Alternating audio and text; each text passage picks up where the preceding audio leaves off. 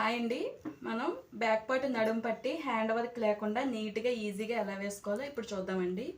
మనకి lining piece కంటే main piece ఒక 1.5 ఇంచు ఎక్స్ట్రా తీసుకోవాలి. మనం తీసుకున్న ఎక్స్ట్రా 1.5 ఇంచు బయట వైపుకే ఉంచి లైనింగ్ ఒకటి మనం స్టిచ్ వేసుకోవాలండి. ఇలా 1.5 మనం మెయిన్ క్లాత్ బయట వైపుకే ఉంచి లైనింగ్ ఒకటి స్టిచ్ వేసుకున్న తర్వాత ఈ విధంగా లైనింగ్ ఇంకా మెయిన్ క్లాత్ని సెపరేట్ చేసుకుని తీసుకున్న 1.5 ఎక్స్ట్రా క్లాత్ని ఇలా ఫోల్డ్ చేసుకుంటూ లైనింగ్ ఒక్కదానికి మాత్రం స్టిచ్ పడేటట్టు ఇలా స్టిచ్ చేసుకోవాలండి.